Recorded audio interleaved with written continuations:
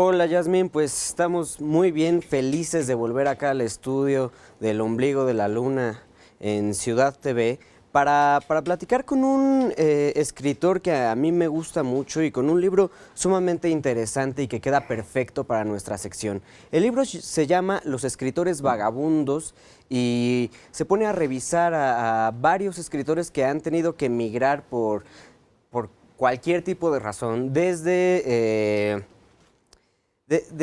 razones políticas o simplemente lanzarse a la aventura, pero pues, mejor que yo les diga qué opino, qué pienso o por qué me gusta tanto, pues vamos a hablar aquí con Philippe Olelaprun. Philippe, bienvenido. Gracias, ¿Cómo mi querido estás? Edgar, y muchas gracias por la invitación.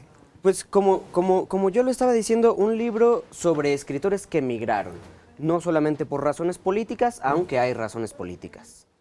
Sí, es la historia de escritores que en general cruzan el Atlántico. Hay algunos latinoamericanos que van a Europa, básicamente son europeos o norteamericanos que van a América Latina.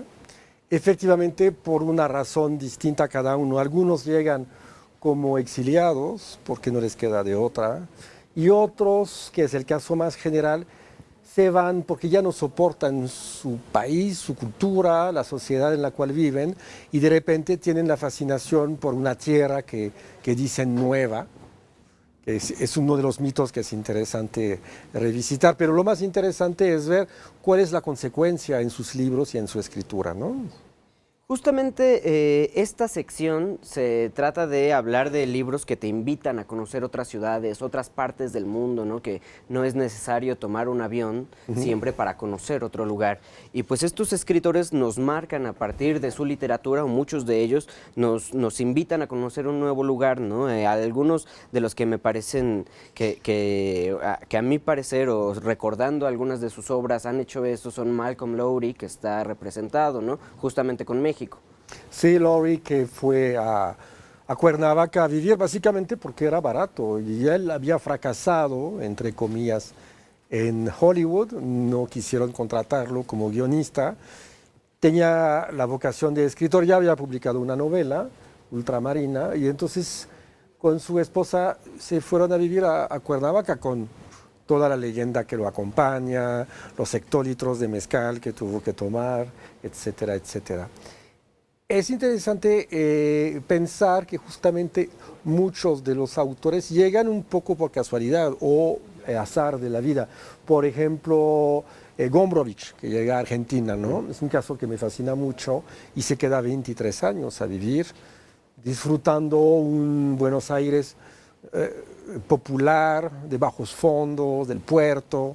En fin, muchos de esos autores conocen aventuras muy distintas a la vida que llevaban antes, ¿no? Que, por ejemplo, en este último caso, no estoy seguro, pero tal vez recuerdo que Ricardo Piglia lo escribe. Es recibido entre la alta cultura argentina, ¿no? Algo que no se esperaba, tal vez. Mira, no tanto. La verdad, hay una cena muy famosa, que es la única vez que se van a ver el grupo de Victoria Ocampo de la revista Sur, con Borges, Bioy Casares, las hermanas Ocampo, todo ese equipo pesado. Y él, que justamente venía, pensaba vivir en un país popular, y él lo escribe en su diario y se burla muchísimo de ellos, diciendo, "Ah, yo soñaba con los bajos fondos cuando ellos soñan con París y yo odio París, pone París entre comillas, o sea, la ciudad central, el mundo intelectual que se suponía y eso le disgusta profundamente. Hay una anécdota que justamente no se sabe nunca si la inventó Vilamatas o la repite, el día que se va Gombrowicz en el barco y los jóvenes le gritan, pero dinos algo, ¿cuál es tu último consejo? Y Gombrowicz hubiera gritado, maten a Borges.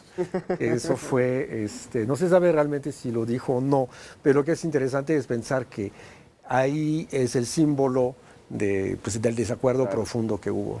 ¿Vivió los 23 años en Buenos Aires? Sí, un poquito iba a Tandil al final bastante, una otra ciudad, pero básicamente sí se quedó vivió en los alrededores también de Buenos Aires. Al principio era realmente muy pobre y tuvo que dormir en la calle varias veces. Eh, eh, Algo que me interesa mucho es que son escritores, algunos de ellos aparentemente muy conocidos, ¿no? Pero que en realidad tienen mucho misterio, ¿no? De H. Lawrence, por Ujú. ejemplo, ¿no? Que podríamos muchos tener una idea de quién es, pero pues se queda ahí, ¿no? Pues, Lawrence es un destino enfurecido como era su personalidad, su escritura. Es un hombre que se muere a los 44 años, imagínate. Y dejó una obra muy amplia, es un trabajador muy profundo. Y efectivamente el último país que, entre comillas, descubre, donde se lanza no solamente a convivir, pero también a escribir sobre él, es México. Viene 3 veces y sale su novela La serpiente emplumada, que pues es una lectura de México inquietante, una lectura dura, exigente. Primero, como muchos, tuvo un encanto muy grande con México, se dejó seducir y poco a poco se instaló una relación de más decepción al final. Otro caso que no sé, me parece en este caso los enamoramientos por México es B. Traven, Sí, que incluso muchas personas creen que es mexicano. sí, no, no, no.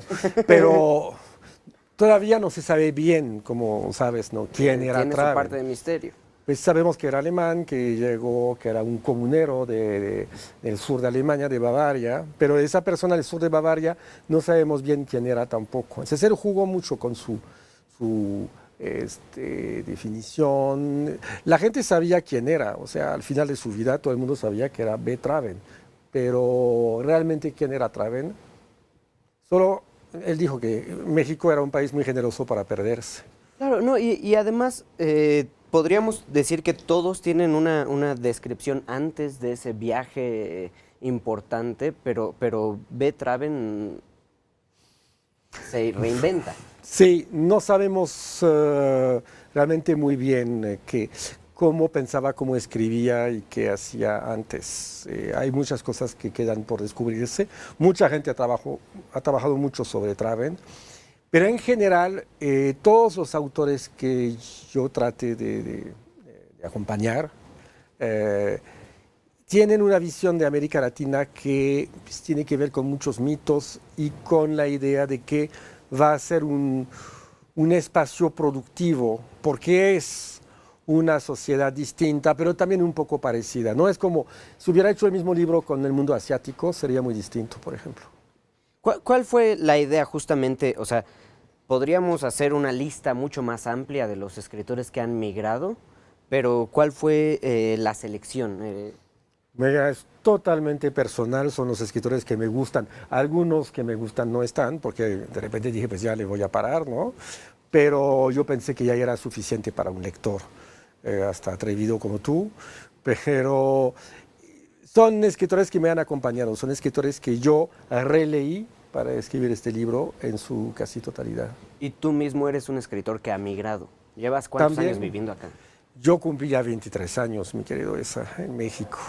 Entonces sí hay un interés para ver, sentir, tener intuiciones que se parecen, buscar respuestas en las obras de los demás. Y si no me equivoco, o podría, yo creo que podría hacerse una construcción del, no solo la obra escrita que has hecho, sino la obra en general, con tu trabajo, por ejemplo, en la Casa Refugio, que Ujú. tiene que ver con esos escritores que se han Claro. escapado de alguna forma, ¿no? Sí, por supuesto. Eso fue también un tema que me interesó mucho. Tuve horas y horas de pláticas con escritores que llegaban de otros continentes, de otras culturas, de otros idiomas. Y siempre es muy interesante ver la percepción que tienen de México, cómo se adaptan o no, qué les gusta, qué no les gusta, cómo sienten. Es por comparación con tu propio caso, es muy interesante ver cómo uno se ubica y qué les aporta en la escritura. Nos queda un poquito de tiempo. ¿Se vale leer este libro aunque no se haya leído a los autores de los que se habla? Nunca te podré decir que no. No, claro que se vale, porque cuenta las historias. No necesariamente hacen resúmenes de las obras. A veces sí, a veces no. Si es útil para mi trabajo, pues sí hago un pequeño resumen. Pero es acercarse a los destinos y las obras yo creo que de escritores realmente muy importantes. Escritores para quienes la escritura era algo vital.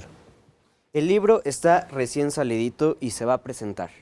Sí, el 18 de enero. 18 de este mes. De enero, absolutamente, en la librería Gandhi en Miguel Ángel de Quevedo. Ok, está publicado por la editorial Tusquets. Pues ya lo escucharon, amigos, el libro es Los escritores vagabundos. Antes, queda muy poco tiempo. La portada es Hemingway. Sí. ¿Por qué Hemingway en la portada? Porque pensamos hacer un montaje de varios y finalmente estéticamente era mucho más fácil. Y es un caso muy interesante, el caso de Hemingway, que se quedó 20 años en Cuba. Se quedó 20 años, no, 20. no se quedó ahí para siempre.